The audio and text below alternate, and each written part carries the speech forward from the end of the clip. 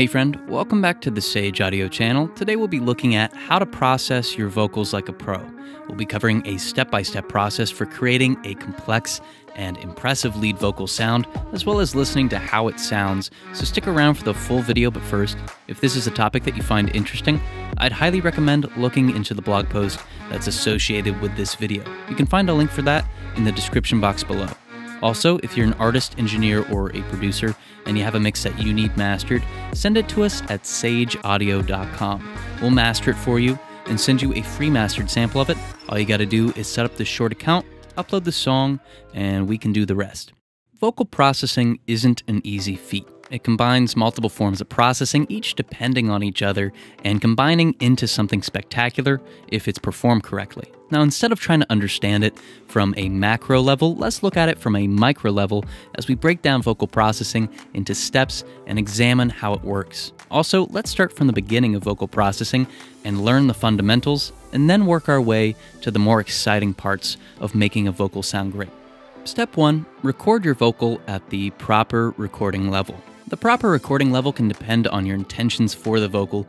For example, if you want a super clean sounding vocal, it's best to record your signal around -18 dB. But if you'd like to get some more coloration from your preamp, record closer to -3 dB using higher gain settings on your preamp to achieve this. With that said, a good range in which to record your vocals is -18 dB to -3 dB.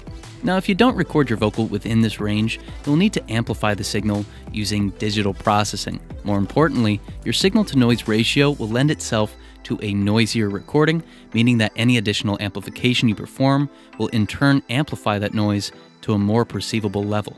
Step 2. Use clip gain to balance out excessive dynamics. Once your vocal is recorded to a proper level, you can begin to balance the dynamics of the recording. Now, although many engineers typically reach for a compressor at this point, the better option is to use clip gain.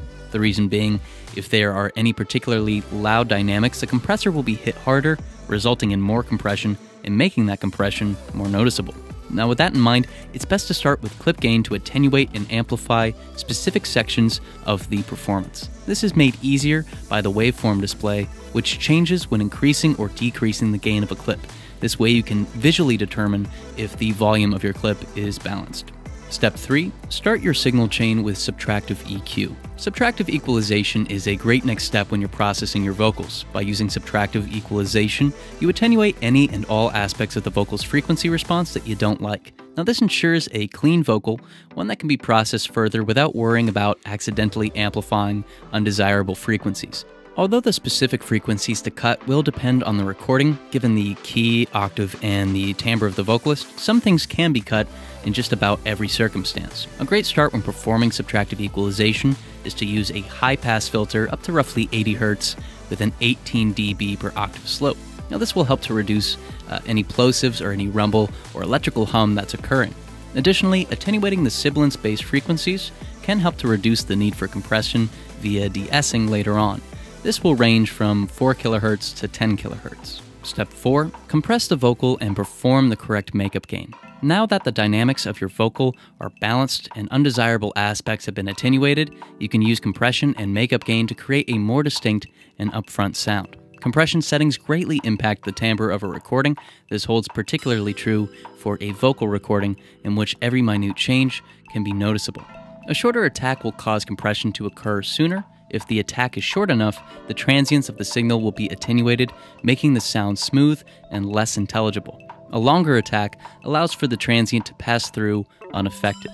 The opposite can be said for release times. A quick release will make the vocal sound clearer and more intelligible, whereas a longer release will result in a smoother sound. So if you want a punchy, upfront, and highly intelligible vocal, use a longer attack and a shorter release compression setting. This is good for pop and rap vocals. If you want a smoother sound, one that sounds more laid back, relaxing, or blended in with the surrounding instrumentation, use a quicker attack and longer release. Now, some compressor plugins also employ opto-based compression, which results in a smoother sound as well. When compressing your vocals, 3 dB to 5 dB of attenuation is an appropriate amount. By compressing this much and then using makeup gain, you can amplify the quieter aspects of the vocal, making them more detailed and complex. Step 5. Implement harmonic generation or subtle distortion. Of all the forms of processing, saturation is perhaps the most important when processing vocals. The harmonics it generates can take a vocal that is being lost in the mix and push it forward enough to separate it from the other instrumentation. Now, if you use saturation, you're employing both upward compression and harmonic generation. These two things, when combined, increases the amplitude of your vocal by amplifying quieter aspects of the vocal and adding new harmonics into your frequency response. Try mixing a couple different forms of saturation and harmonic generation to create a full and complex sounding vocal. If your mix is busy, as most pop mixes are, more saturation may be needed, but if your mix is kind of simple, like a singer-songwriter mix, less saturation and harmonic generation will be needed. Step 6. Amplify aspects of the vocal that you like with additive EQ. Now, just like with subtractive equalization, what needs to be affected will vary on the performance, but there are some starting points that might be helpful. For a more airy vocal, amplify a shelf filter at 15 kHz. If you want your vocal to cut through your mix more, amplify a bell filter at 2 kHz with a medium Q. For a full and warm vocal, amplify 150 Hz to 200 Hz with a bell filter. If you want a clear and crisp vocal, amplify a bell filter at 4 kHz to 6 kHz with a medium Q. Now, these starting points will definitely vary, but with some critical listening, you can determine what is best for your vocal. Now, before we go any farther, let's do an A-B comparison so we can hear what we've done so far. Come with me, you'll see this isn't my imagination. Take your time, unwind, you'll find the world of our creation. Come with me, you'll see this isn't my imagination. Take your time, unwind, you'll find the world of our creation. Step 7. Use an aux send to add reverb to your vocal. Although it's alright to add reverb directly to your signal chain, it's better to use an auxiliary send for a couple of reasons. The first is that it allows you to create a wet-dry blend with your reverb, in turn giving you greater control over how much reverb is applied to your signal. More importantly, it means that you can create additional auxiliary sends that can be unaffected by your reverb.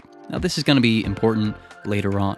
When creating your reverb, you should have the reverb time be in time with your tempo. Although some plugins can automatically sync to the tempo of your track, there is a way to calculate this timing if you need it.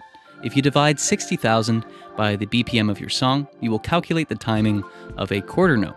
You can then multiply this number to create a half note or whole note, or you can divide it to create eighth notes, and so on. Additionally, it's important to create multiple reverb sends, one with a quick reverb time to create an almost doubling or thickening effect, and another for your more stylized or aesthetic-based reverb, or in other words, the reverb that will add character to your vocal. A good starting point for these reverb times will be a 16th note for the doubling or thickening reverb, and a half note for the longer, more stylized reverb. If you want, you can also add equalization to your reverb aux send after your reverb. This way you can augment particular parts of the reverb or attenuate aspects that you don't want. Step 8. Use an aux send to add delay to your vocal. Similar to your reverb aux send, you can add delay to your vocal via an auxiliary send. These delays can be long for a stylized delay or shorter to thicken your vocal. This depends on your personal taste, the complexity of the mix, and the vocal performance. Because we created a separate auxiliary send just for the reverb will not be delayed. This separation is pretty important for additional control of your signal. Now, although the frequency response of your delay aux send can be left as is, it does help to attenuate the high frequencies of your delay. This way, sibilance-based frequencies aren't amplified or made more prevalent. Step 9. Implement volume and plugin automation. With all of your processing complete and your decisions made, you can now begin to create more dynamic processing, meaning you can alter the amount of processing in particular regions of your vocal. Now, this is accomplished by using automation. In this particular situation, our automation will consist of volume, send, and plugin function automation. For example, if you'd like your lead vocal to pop during a chorus, you can use automation to increase the saturation setting of a plugin and maybe increase its volume by 0.5 dB. Or if you'd like to have your vocal part transition one section of your song to another, you can increase your vocal's reverb send right before this transition. You can also create incredibly unique and creative effects by implementing aggressive plugin function automation for a short duration. One example is increasing the delay send to a significant amount for maybe 2 or 3 seconds. Now, what you create is entirely up to you, and your vocal can be as unique as you want it to be. However you choose to process your vocal, automation is the best way to add some creative effects. Now, this is really the stage of vocal processing that will separate your vocal from vocals in other recordings. This small amount of extra effort really goes a long way and can really impress your listeners with something that they haven't heard yet. One more time, let's do an A/B comparison so we can hear the changes we've made. Come with me, you'll see this isn't my imagination. Take your time, unwind, you'll find the world of our creation. Come with me, you'll see this isn't my imagination. Take your time, unwind, you'll find the world of our creation. Now, as a quick bonus, you may also want to add a gate earlier on in your signal chain and a de-esser later on in your signal chain. But this isn't as common, as the need for this extra processing really depends on the performance and your recording environment. In other words, they aren't plugins that you're going to need for every vocal. So this is our recommendation for processing vocals like a pro, but what do you think? Leave your thoughts in the comment section below. Also, again, definitely check out the blog post where you can find a lot more information on this topic and others like it. There's a link in the description box below. Also, if you're an artist or an engineer, send us one of your mixes at sageaudio.com. We'll master it for you and send you a free mastered sample. All you have to do is set up the short account, upload the song, and we'll do the rest. But thank you so much for watching. We really hope you enjoyed it. If you did, please like and share this video with your friends. This way we know if you'd like to see more videos like this one. Also, you can subscribe to the channel. We release new videos every week, and subscribing is the best way to stay up to date. There's a comment section where you can leave your thoughts on this video or a suggestion for a future video. And again, if you're an artist or an engineer and you have a mix that you need mastered, send it to us at sageaudio.com. We'll master it for you and send you a free mastered sample. Thank you so much for watching. We'll see you in the next video.